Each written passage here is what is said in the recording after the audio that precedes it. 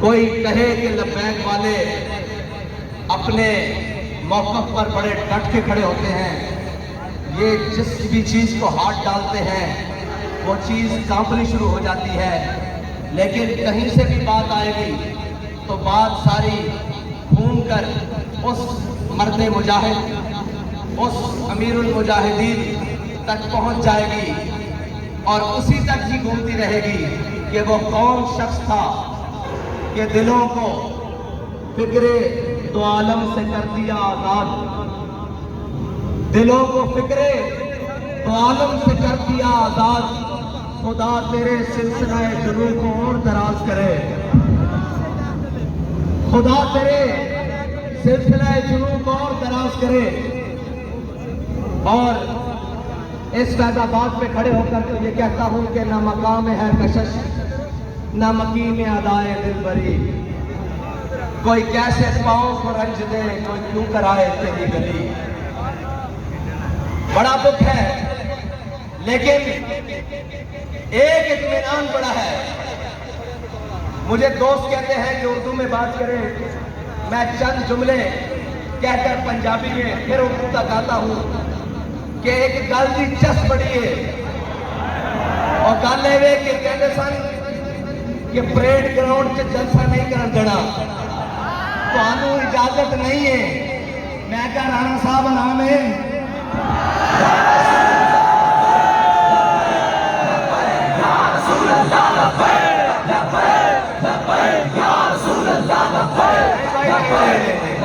بڑا طویل سفر کر کے آئے ہم، جتنا کو انہوں نے آرام ہویا اتنی کی آواز پہنچنی چاہیے، نال ہی بیٹھا ہے۔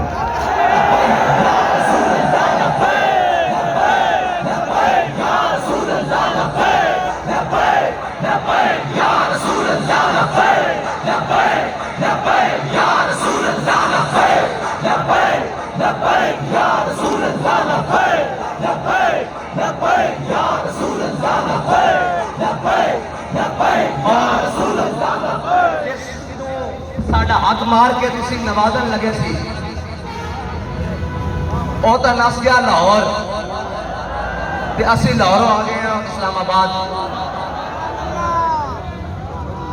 تاریخ تو تسی ساڑھے نال اچھی طرح واقف ہو۔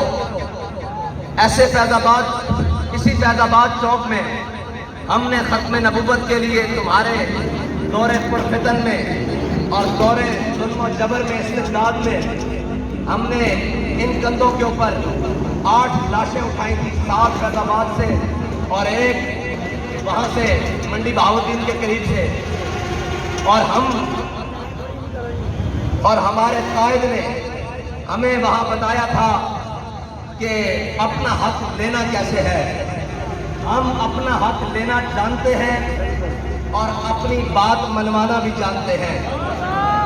اگر ہم کہیں تمہارے پاس درخواست دے جاتے ہیں تو اس کو ہماری کمزوری نہ سمجھا کرو۔ ہاں، ہم تو درخواستوں کے قائل ہی نہیں ہیں، ہم تو یہ کہتے ہیں کہ تلوار کے قبضے میں جب ہم کلائی دیں گے تیرے اجداد بھی قبروں سے دہائی دیں گے۔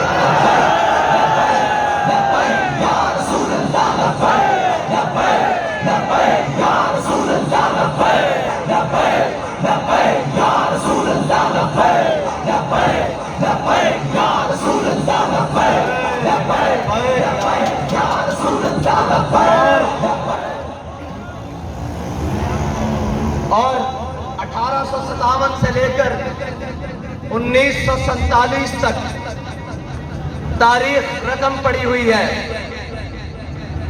اپنے اور بیگانے بھی لکھ گئے ہیں، متعصب ترین مورخین بھی لکھ گئے ہیں کہ اس برِ صغیر میں ان علماء و مشائخ، اس عوام اور اس غیرت مند مسلم نوجوان نے اپنا خون دیا، اپنا وطن دیا، اپنا گھر بار چھوڑا، ہر قربانی دے کر انگریز کو، گورے انگریز کو انگلستان بھاگنے پر مجبور کیا۔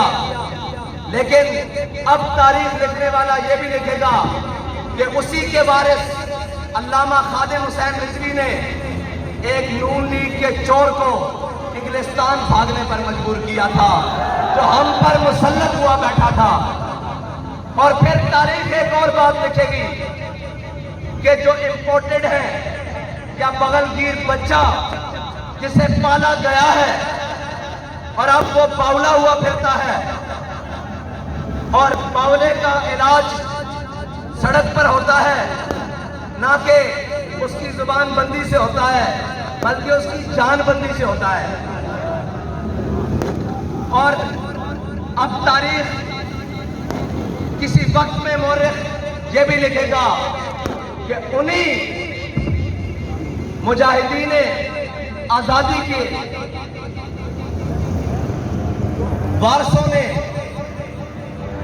اسی پاکستان، اسی خطہ بر صغیر کے ٹکڑے میں جس کو پاکستان کہا جاتا ہے، جو دل ہے، اس دل کے اندر ایک دل ہے لاہور، اس دل میں بسنے والے ایک بابے کے متوالوں نے ان تمام چوروں کو پھر لندن بھاگنے پر مجبور کیا ہے۔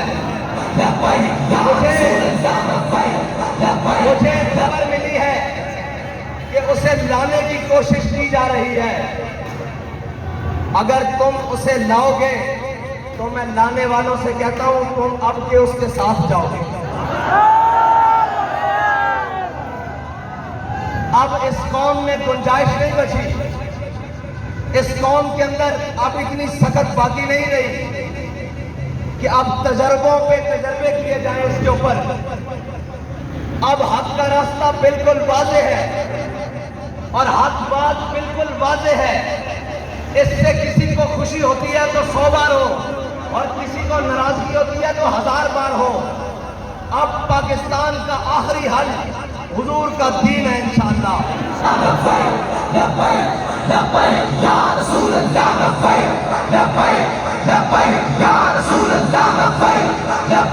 اور وہ دین ہے جن کا نعرہ ہمارے بڑوں نے لگایا کہ پاکستان کا مطلب کیا اور دستور ریاست کیا ہوگا، اور ہمارے بڑوں نے کہا تھا پٹ کے رہے گا اور بن کے رہے گا۔ جب ہندوستان پٹ کے رہے گا، یہ ہمارے بڑوں نے نعرہ لگایا، اور اب ہمارے امیر المجاہدین یہ نعرہ لگا کر گئے ہیں کہ حضور کے دین نے تخت پر آنا ہے، تو انشاءاللہ یہ اب آ کر رہے گا۔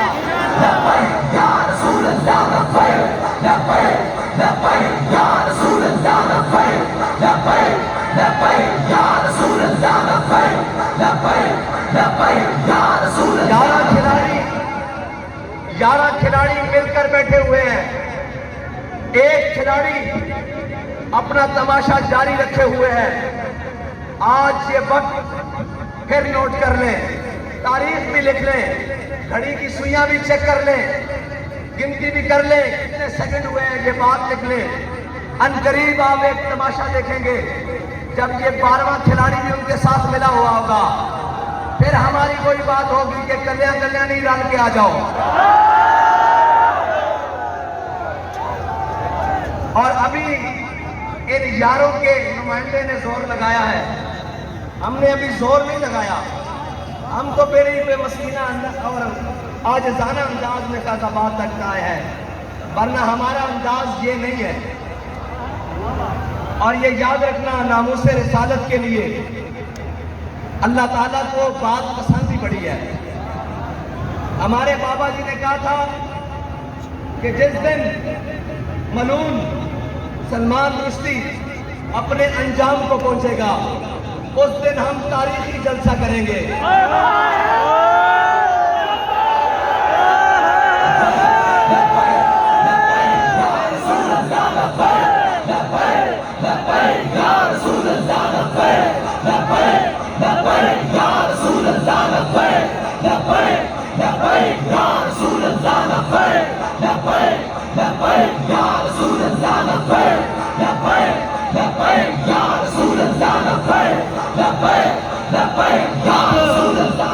اب جاننے والے یہ جانیں گے، اہل علم بھی بیٹھے ہیں، اہل نظر بھی نظر آ رہے ہیں، اب آپ کو سمجھ آئے گی کہ درخواست کیوں مسترد ہوئی تھی۔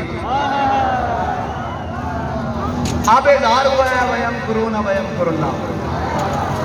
تمہاری تدبیریں کچھ اور تھی، اللہ کی قدرت کچھ اور دیکھ رہی تھی، اور اللہ کی قدرت کچھ اور تھی، اور اللہ کی چاہت کچھ اور تھی کہ ایک مرد مجاہد کی زبان سے بات نکلی ہوئی ہے کہ جس دن یہ اپنے انجام کو جائے گا، چل پڑا ہے نا اس انجام کی طرف، اس دن ہم تاریخی جلسہ کریں گے. ہو سکتا ہے ابھی وہ دن پھر باقی ہو، وہ دن اور وہ وقت باقی ہو، لیکن ابھی اس کے انجام کا آغاز شروع ہوا ہے، تو وہ بات آج کے دن پوری ہو گئی ہے. یہ نہیں کہ درخواست تم نے مسترد کی ہے، تم سے درخواست مسترد کروائی گئی ہے. یہ نہیں کہ ہم فیض آباد آئے ہیں، ہمیں بابا جی نے فیض آباد بھیجا ہے.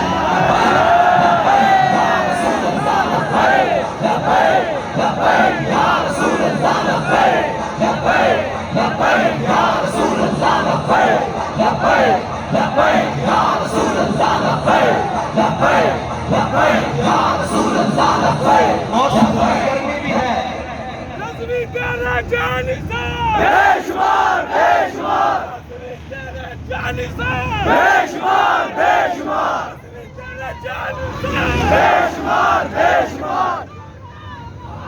اور موسم کی سختی بھی ہے، لیکن کیا کروں ذوق کی گرمی بھی ہے. بتائیں بات جاری رکھوں یا ختم کر دوں؟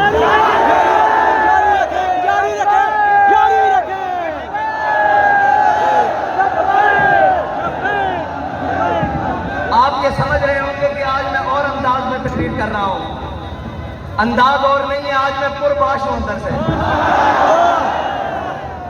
کہ بابا جی اس بات کے اوپر ہم کھڑے ہیں کہ سامنے نیلے پیلے لال گلابی اور رنگ برنگے جامنی ہو، ہمیں اس سے غرض نہیں ہے. ہم اپنے مشن پر، اپنے وقت پر، اپنی مقررہ حدود کے اندر جب چاہیں آ سکتے ہیں انشاءاللہ.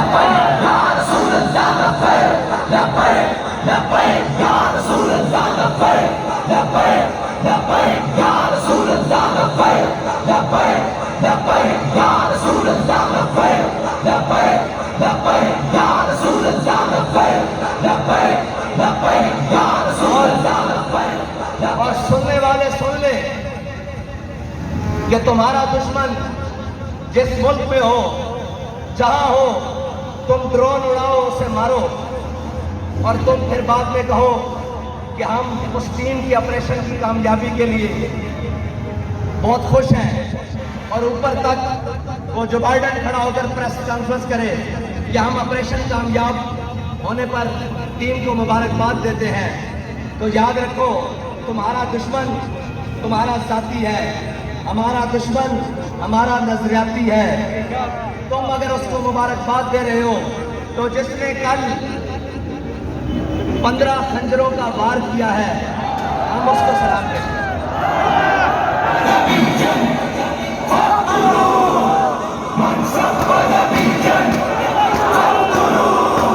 رسول اللہ نے کیا فرمایا؟ فرمایا من سب نبی، فرمایا کیا مطلب جو نبی کے بارے میں بات کرے اس کو رکھ دو. یہ میرا فرمان ہے رسول اللہ.